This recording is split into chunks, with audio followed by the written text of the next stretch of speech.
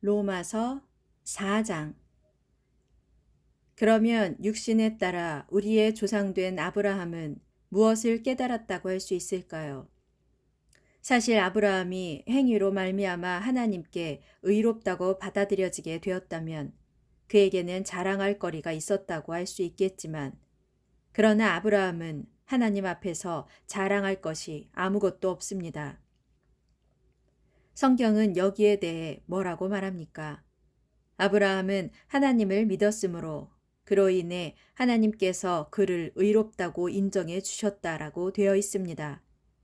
어떤 사람이 일을 하면 그의 품삯은 당연한 것이지 은혜로 주어지는 것이 아닙니다.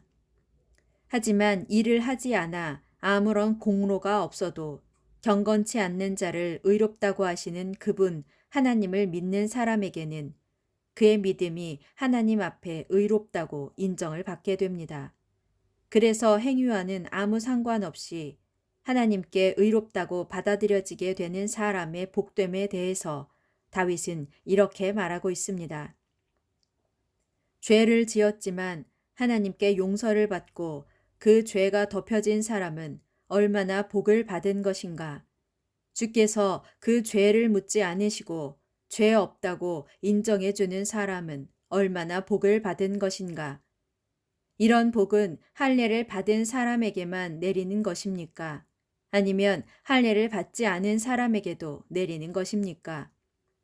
우리는 아브라함이 그의 믿음으로 말미암아 하나님께 의롭다고 인정을 받았다는 것을 이미 말한 바 있습니다. 그러면 아브라함이 그렇게 인정을 받은 상황은 어떠했습니까? 그가 할례를 받은 후였습니까? 아니면 그 이전이었습니까? 그렇습니다. 할례를 받은 후가 아니라 그 이전이었습니다. 아브라함이 할례를 받은 때는 하나님께서 그의 믿음을 보시고 그에게 복을 내리겠다고 약속하신 때보다 훨씬 뒤의 일이었습니다. 아브라함의 할례 의식은 다만 그 믿음을 확증하는 표시였을 뿐입니다. 이처럼 아브라함은 할례를 받지 않은 상태에서 하나님을 믿는 모든 사람들의 조상이 되었는데, 그것은 할례를 받지 않은 사람들도 하나님께 의롭다고 받아들여질 수 있다는 것을 알게 하기 위함이었습니다. 물론 아브라함은 할례를 받은 사람들의 조상이기도 합니다. 다시 말해 아브라함은 할례를 받은 사람들뿐만 아니라 할례를 받지 않았더라도 우리 조상 아브라함이 할례를 받기 전에 지녔던 믿음의 발자취를 본받아 그 길을 따르는 모든 사람들의 조상이기도 합니다. 하나님께서 온 땅을 아브라함과 그의 자손에게 주겠다고 하신 약속은 아브라함이 율법을 지켰기 때문이 아니라 아브라함의 믿음이 하나님께 의로 받아들여졌기 때문입니다. 율법을 지키는 사람들이 상속자가 된다면 믿음은 아무런 가치가 없고 하나님의 약속 또한 쓸모가 없게 됩니다. 율법은 하나님의 진노를 불러오기 십상이기 때문입니다. 율법이 없는 곳에는 율법을 어기는 일도 없을 것입니다. 이런 까닭에 하나님의 약속은 오직 믿음에 근거한 것입니다. 그것은 아브라함의 모든 자손들, 곧 율법에 속한 자들만이 아니라 아브라함의 믿음에 속한 자들에게까지도 은혜로 말미암아 보장된 약속입니다. 아브라함은 우리 모두의 조상입니다. 이것은 성경에 내가 너를 많은 민족의 조상으로 세웠다라고 기록되어 있는 것과 같습니다.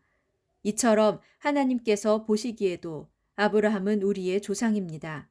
실로 아브라함은 죽은 자에게 생명을 주시고 없는 것도 있는 것처럼 불러내시는 그런 하나님의 약속을 믿었습니다. 모든 소망이 사라진 것처럼 보일 때에도 아브라함은 소망을 갖고 하나님의 약속을 끝까지 믿었습니다. 그리하여 마침내 너의 자손이 이와 같이 많아질 것이다 라는 하나님의 약속대로 많은 민족의 조상이 되었습니다.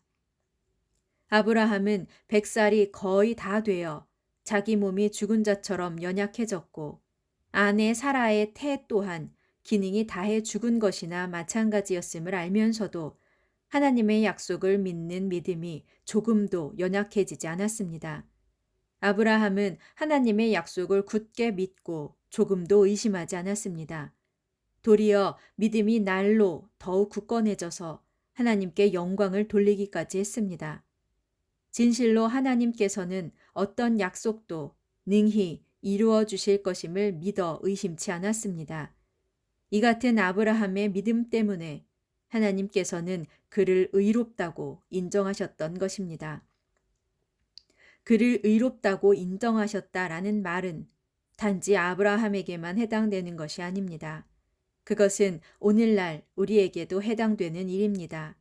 즉, 하나님께서 우리 주 예수 그리스도를 죽은 자들 가운데서 다시 살리셨다는 것을 믿는 우리에게도 똑같이 해당되는 일입니다. 예수께서는 우리의 죄 때문에 죽임을 당하셨으며 또한 우리를 하나님 앞에서 의롭게 하시려고 다시 살아나셨습니다.